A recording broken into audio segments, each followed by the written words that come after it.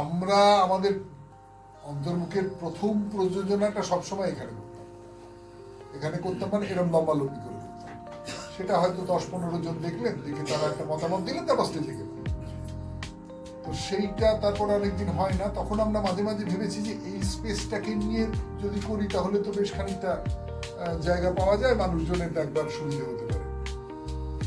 কিন্তু মনে হতো এইটুকু ছোট জায়গায় কেউ কি অভিনয় করতে চাইবে, এরকম সব মনে মনে হতো। তারপরে করোনা এলো। করোনা আসার পরে কলকাতা শহর এবং তার আশপাশের অনেকগুলো জায়গায় ছোট ছোট এই ধরনের ইন্টিমেট স্পেস তৈরি হলো, এবং সেখানে দেখা গেল যে এই ধরনের ছোট স্পেসেও অভিনয় হচ্ছে এবং কম চরিত্রের নাটক, একক অভিনয়, এই ধরনের নাটক হচ্ছে। তখন আমাদের মনে হলো যে আচ্ছা তাহলে আমরাও একটু করে দেখি না, মাসের মধ্যে একটা করে রোববার, সেই রোববারটা আমরা একটু এখানে কোনো একটা দলকে ডাকলাম। আমাদের নিজেদের নাটক নিয়েই শুরু হয়েছিল প্রথমে, তারপরে বাইরের কাউকে ডাকি, ডেকে অভিনয় করি। আমাদের যেটা নিয়ম সেটা হচ্ছে যে আমরা আজকে আপনাদের অভিনয়ের শেষে আপনাদের কাছে একটু প্রার্থনা করব। আপনারা যে যেটা দেবেন সেইটা নিয়ে আমরা স্বপ্নের টাকা একটু রাখবো, রেখে বাকি টাকাটা আপনাদের দুটো দলের মধ্যে ভাগ করে দেবো। মানে সেটা কিছু নয়, বিশেষ করে পুনে থেকে যারা এসেছেন তাদের কাছে এইটা কোনো মানে হয় না, কিন্তু আমাদের এইটা হচ্ছে নিয়ম, সেইটা বলা। আর তার বাইরে যেটা বলা সেটা হচ্ছে যে এমনিতে কলকাতা শহরে থিয়েটার করার, নিয়মিত থিয়েটার করার অনেকগুলো অসুবিধার জায়গা রয়েছে সত্যি সত্যি। তার মধ্যে একটা বড় অসুবিধার জায়গা হলো সরকারি হলগুলো পাওয়ার ক্ষেত্রে নানান রকমের অসুবিধে হয়। এটা আপনারা পুনেতে থেকে বুঝতে পারবেন না হয়তো, যারা কলকাতার আশপাশ থেকে এসেছেন তারা বুঝতে পারবেন যে যারা অভয়া কাণ্ডে বা অন্যান্য কোনো কাণ্ডে সরকার বিরোধিতা করেছিলেন তাদের সম্পর্কে সরকারের একটা বিরূপ মনোভাব তৈরি হয়েছে। আমি খুব আজকেই সকালবেলা জানতে পারলাম যে গিরিশ মঞ্চে, মানে সরকার যেটা করছে, বলি আপনাদের, সরকার যেটা করছে সেটা হচ্ছে যে ধরা যাক আগে যেটা হতো যে এই আমি না অমুক ডেটটায় করতে পারবো না, তোরা করবি, তাহলে তোরা একটা অ্যাপ্লিকেশন করে দে, আমি বলে দিচ্ছি হয়ে যাবে, এরকম একটা ব্যাপার।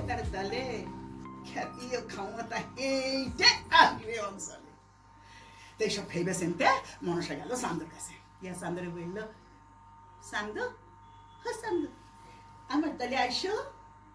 ওদিকে সান্দু তো আবার শিবের দলে, সে বড় সজ্জন ব্যক্তি, বড় রোগটা। সে বলে তা হবার পারে না, আমি সেই ছোটকাল থেকে মহেশ্বরের পূজা করে আসছি, তারই বসছি, আজ একটা দল বদলাই কেমনে।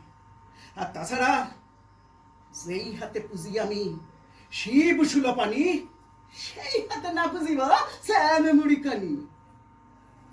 মনসার আগে ফুসফুস করে,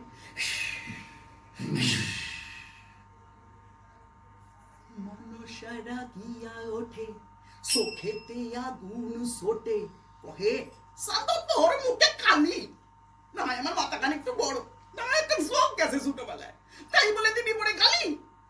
সান্দু বলে, আসিস কেন আমার কাছে, জানিস তো আমি সুবিধের দল করি না, যারে আমি শ্রেষ্ঠ বলে মনে করি তার চরণ আমার আশ্রয়। তখন মনসা সান্দরে রূপ দেখায়, বলে তুমি সান্দ সদাগর সর্বগুণে গুণাকর, মোর তলে আইসো তোরা কইরে, যাহা যাও সব পাবা, মান পাবা, যশ পাবা, টাকা আমি দিব ঘর বইরে। সান্দু বলে, আমার তো কোনো অভাব নাই, আমার ঘর আলো করা সোনকার মতো বউ, আমার 6 উপযুক্ত বেটার মা, 6 জন বধূ মাতা লক্ষ্মী পৃথিবীর মতো আমার ঘর ভরে রাখে, 7 খান ডেঙা আমার সমুদ্রে যায় নিয়মিত, আমার তো কোনো কষ্ট নাই। আর যদি বা আমি কষ্টে থাকতামও, তাও আমি আমার শিবাইরে ছেড়ে অন্য কাউরে ভাসতাম না। চান্দ কভু বিশ্বাসের মর্যাদা না হরে, শিবাইয়ের বাস তার বুকের ভিতরে। এইবার মনসা খেপে যায়, সে কয়, আমার মুখের উপর না করে দিলা, এত সাহস তোমার, ঠিক আছে দেখবো দেখবো তোমার মহেশ্বর তোমার কেমন বাঁচায়। আচ্ছা দেখ তারা কখনো মানুষের বাঁচাইতে আসেন, কেন দেখি। আর এক দেবতা যদি কোনো মানুষের উপরে কুপিত হয় তাহলে অন্য কোনো দেবতা এসে তারে বাঁচায় না। কই চান্দরও তো বাঁচায় নাই দেশিক ভাই। ওই যে চান্দর 6 ছেলেরে মনসা বিষ দিয়ে মারছে, তার 7 খান বাণিজ্যের ভরা তরি জলে ডোবাই দিছে, তার বন্ধুরে মারছে, তার কেড়ে পথের বিক্রি করছে। ওই শিবাই আইসা কয় নাই তো না মনসা তুমি এ করবার পারো নাই, তোমার অন্যায়। তাও নাকি মনসা আবার শিবের আত্মসা।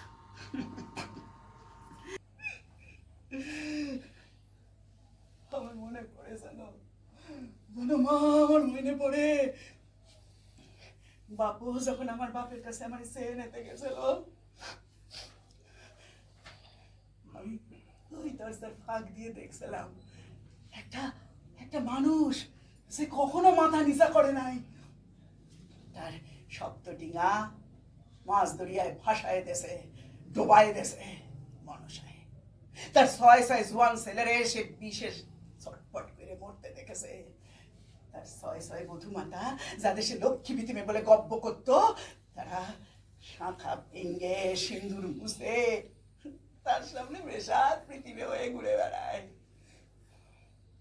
তার ছেলেবেলার মিতে সনকাবু বুকে পাথর চাপাতে তার সামনে হাসি মুখে আসে, সব সুস্থ করেছে সে। তার পোড়ানটা পেটে গেছে তবু সে চোখের জলের বাইরে আসতে দেয় নাই। ঘায়ের পর ঘা খেয়ে তবু মাথা সুজা কইরে দাঁড়ায়ছে আর বলেছে, আমি সুবিধের দল করি না রে মনসা, আমি দুঃখ সইবার পারি, আমি মান কোয়াইতে পারি না।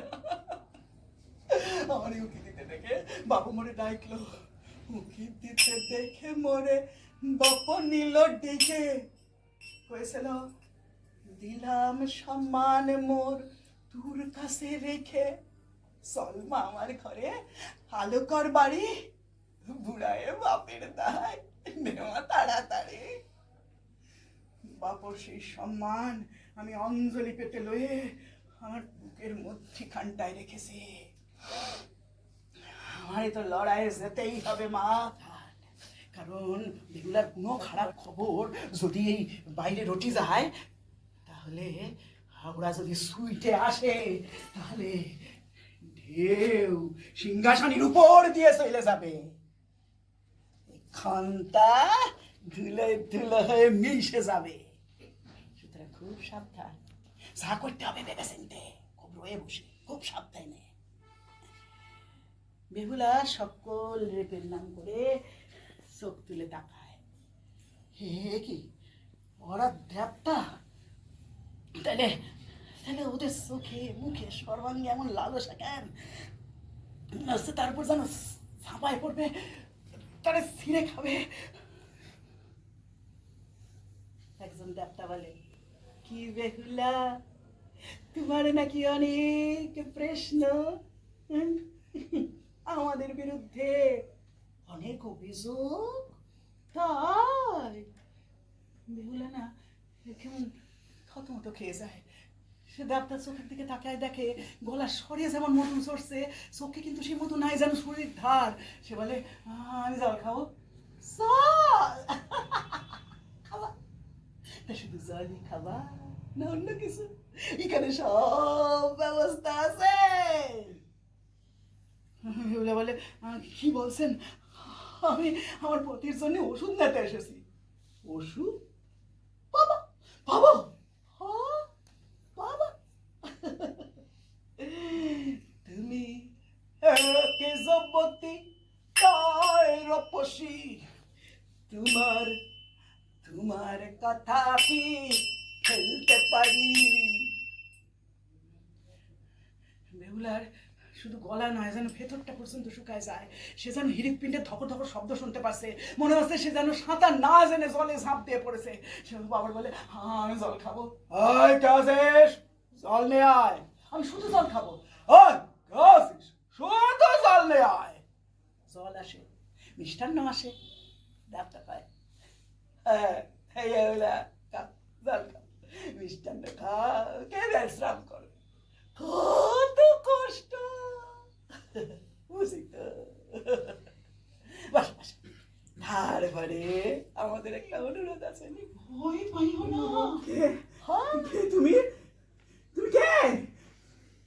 আমি আমি নতুন যুগের নতুন পালাকার। আমি তোমারে বলছি ভয় পাইও না, ওরা তোমায় ভয় দেখাইতেই চায়, তোমারে উদের তালে নাচাইতে চায়, তোমার নাচের গল্প ওরা জানতে চায় না। ওদের দৃষ্টি তোমার চামড়ার দিকে, তোমার রূপের দিকে, তোমার প্রতিবাদে ওরা ভয় পায়, তাই তোমারে ছিঁড়ে খেতে চায়, যাতে তুমি ভয় পাও, মুখটারে বন্ধ রাখো। তাই তোমারে বলছি বেহুলা, যদি জয় চাও তাহলে আগে ভয়ের জয় করে বজ্র বানাই যদি লড়বি এমন সাহস আছে তোর। আমার নাচে শরীর খোঁজো তুমি, চেনাও আমায় নত জানো দিন রাত। এবার স্বরে ধন্য শব্দ পাবে, শিখে যাবো দুটো করতে প্রত্যাখ্যাত। দিনের রাতের দখলে নেব এবার, সূর্যমুখী সূর্য শুধু চেনে, মন্থনে বিষ আগেই ওঠে জানি। সুধা এবার আনন্দ সাগর ছেড়ে ছিঁড়া ছিঁড়া এই স্বপ্নেরা যারা উঠছে, দল বেঁধে তারা প্রাণ পেয়ে যাবে ঠিক। শতাব্দী প্রাচীন মৌনতা ভেঙে জাগবে সত্তার প্রতিবাদ নারীর, জাগবে সত্তার প্রতিবাদ মানবিক, জাগবে সত্তার ওইখানে আমার পালাকারদের যেন ত্রুটি মনে হচ্ছে, এটা জিত বলে আমার মনে হয়নি, কারণ তার শরীর, তার সমস্ত কিছু আমার দেওয়া আছে, যেটা ওই প্রথমে এটা কিন্তু এই যে কিছু কিছু জিনিস আমার কবিতার অংশ আমার তৈরি, কিন্তু এই যে এই কথাটা এটা কিন্তু পালাকাররাই লিখেছেন যে রূপ দেখি ভোলে ভোলা না। তার একটা রূপটা কিন্তু সেইখানে দেবতাদের সবাই একটা ব্যাপার ছিল, দেবতাদের সবাই। তাই যদি হয় তাহলে তো তার মানে সে যে নাচছে, তার যে জয়, সেটা তো তার জয় নয়, সেটা তো তার হেরে যাওয়াই, তার দেহের বিনিময়ে পাওয়া।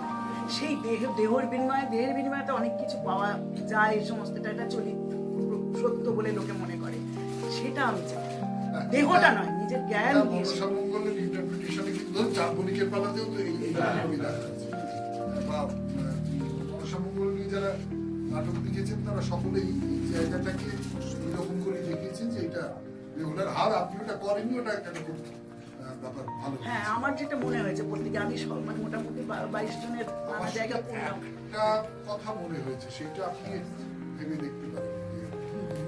প্রথম কথা হচ্ছে যে আপনি যদি লাল পাড় শাড়ি পরে শুরুটা করেন, তাহলে সেটা কিরকম হয়, মানে আমি ওটা সব ভেবেছিলাম, প্রথমে আমার ওটাই মাথায় ছিল, কিন্তু সচেতনভাবে ওটা তারপর বর্জন করলাম এই কারণে, যেটা পালা শুধু মানে ওই বেহুলা পালাবো এরকম না, এই জিনিসটা আধুনিক সকলের। বেহুলা তো শুরুটা করেছিল লাল পাড় সাদা শাড়ির একটা ঘরোয়া বউ হিসেবে, তারপর সেটা ভান না, এটা বেহুলা, এটা তো কথক না, কথক তো লাল পাড় সাদা শাড়ি পরতো। কেন পড়ে লাল পাড় সাদা শাড়িটা একটা যেন আইকন, ওই জিনিসটা আমি চাই। আমি চেয়েছি যে ওটা আমি প্রথম তাই ভেবেছিলাম, লাল পাড় সাদা শাড়ি, বা এটাও ভেবেছিলাম কালো পাড় শাড়ি, তাই তো কালো শাড়ি লাল পাড় এরকম ভেবেছিলাম। তারপরে আমি ওটাকে সচেতনভাবে নেগেট করলাম এই কারণে যে আমি ওই পুরো জিনিসটাকে ভাঙতে চাইছি, যে কথক বলছে এটা যে কেউ এরকম পোশাক পরে আসছে, পোশাকটা আধুনিক, অথচ কথা বলছে ইয়ে ভাষায়, মানে লোক ভাষায়, এবং বিভিন্ন রকম ডায়ালেক্ট মিক্সড হয়ে যাচ্ছে সেখানে, এবং ওটা আর কি আমি চেয়েছিলাম যে আরেকটা কথা মনে হচ্ছে, সেটাও সেটা ওটার সঙ্গে মেলানো যায়, সেটা হচ্ছে ও একটা সিঁদুরের টিপি পরে